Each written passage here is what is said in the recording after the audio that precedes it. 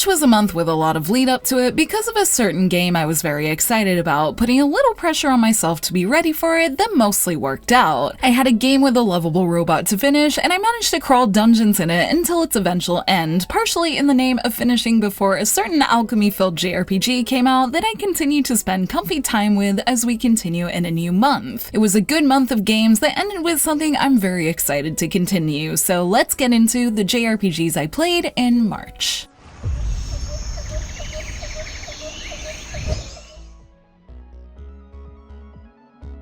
Despite the fact that at the time of making this video I've only played an hour of Atelier Ryza 3, it's a pretty easy decision to make it JRPG of the month, as I'm so glad to be back in Atelier. The reason I'm making this video with only having played that little is because I liked the first hour so much that I want to be able to play it without distraction, and that's thanks to the fact that I already feel so at home in its world. Returning to Kuken Island after watching the prologue movie that destroyed me felt really special, along with dipping my toes back into the complex and enjoyable systems of the Secret Trilogy. Getting back to deciding whether I should put an item here or there for the best effects at a slow pace, then jumping into fast-paced battles still feels very balanced even as I get back into the rhythm of things, and it all feels as smooth as ever on my PS5 as I enjoy gathering and exploring again, with new characters being playable finally, like Boss, having me very keen to continue and see how they grow in this story. I'm excited to get fully into it, as my first hour was also with the Japanese version my boyfriend and I picked up on launch day here, so there was a bit of a language barrier to contend with, but I really couldn't wait. Now I've picked up an English digital copy, I'll be getting right into that when this video is done, and I'm very keen to get into more of it at this point, and I'm also excited to hear how you guys are enjoying it in the comments too. Above all, I'm really happy that Ryza's final summer journey is finally out for us to enjoy and play, and you can be sure you'll hear me talk about it again soon in much more detail as I get ready to really dive into its world.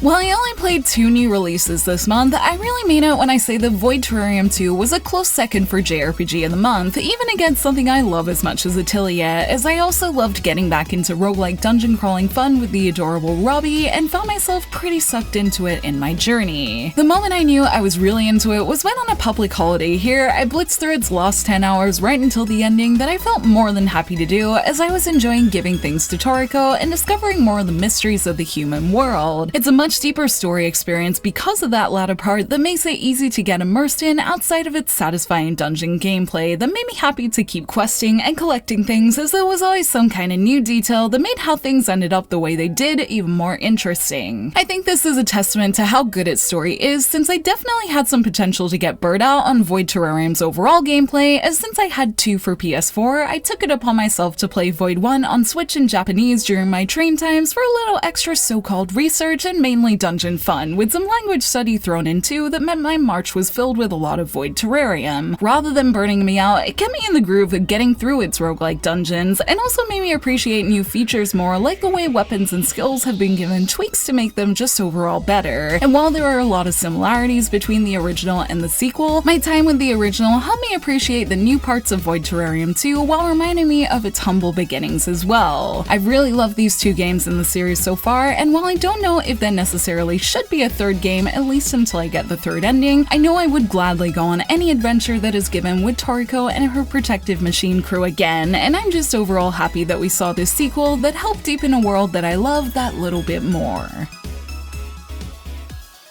For smaller JRPG experiences, my preference for rhythm games in my non-JRPG time really shows this month, as the 2 things I'm going to mention are these with a JRPG twist on them. That is why I consider them nice extras to an already great month. I was anticipating this month the DLC release of Theatrhythm Final Bar Line's World Ends With You tracks, and I couldn't help but try a little of them even while I was knee-deep into Void Terrarium 2. I only played a couple of songs, which had to be Twister and World Is Yours, and I loved how the background featured the iconic Shibuya crossing to really capture the feeling of the game. I would have loved if I could have seen a little chibi Neku too, but nonetheless, I did love these stages as a good ode to fans of this other Square Enix series, and can't wait to play the rest of the tracks when I have a spare minute to play more. One thing that I was already planning to try and march outside of my JRPG time was Bang Dream Girls Band's Party's big update in Japan that brought in the new 3D live feature this month, and I've been counting down for that since when it was announced. What I wasn't expecting at all though was for them to announce that the persona outfits that helped catch my eye before I even knew what it was are going to be temporarily available in 3D, and I've picked up the Joker one to enjoy as I talk myself out of getting the Panther one. The best part is that all of the girls can wear the costumes, so I can make a very red afterglow party of Persona girls in the 3D live, which I want to, which is pretty fun, and is a nice cherry on top of an already exciting month of things that I enjoy. I have no clue what small experiences will creep into my April because of Ryza, but since things unexpectedly snuck in during March, I wonder if something will. In any case, I'm glad these musical experiences could let me spend some time appreciating JRPGs I've loved in the past in a new way that helped make my March feel that little bit more fun.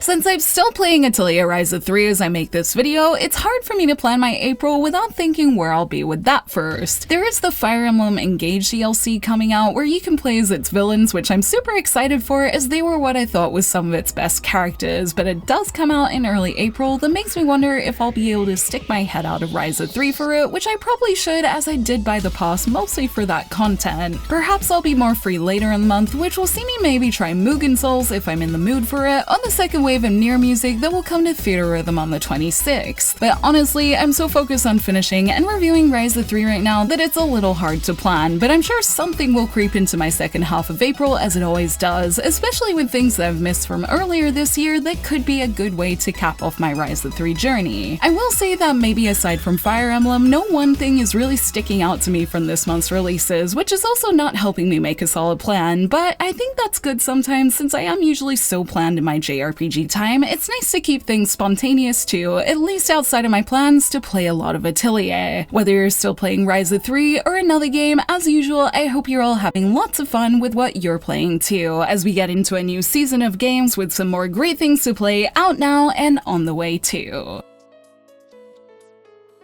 Thank you for watching this video. Let me know in the comments below what you played in March and what you plan to play this month. You can like and share this video if you enjoyed it, subscribe to my channel for more JRPG content like this, and ring that bell to get notifications on whenever I post so you don't miss a thing. You can check out more videos here, and you can find me on social media on Twitter, Facebook, and Instagram, all at JRPG Jungle. Links to those will be in the description below, and until next time, thank you, bye!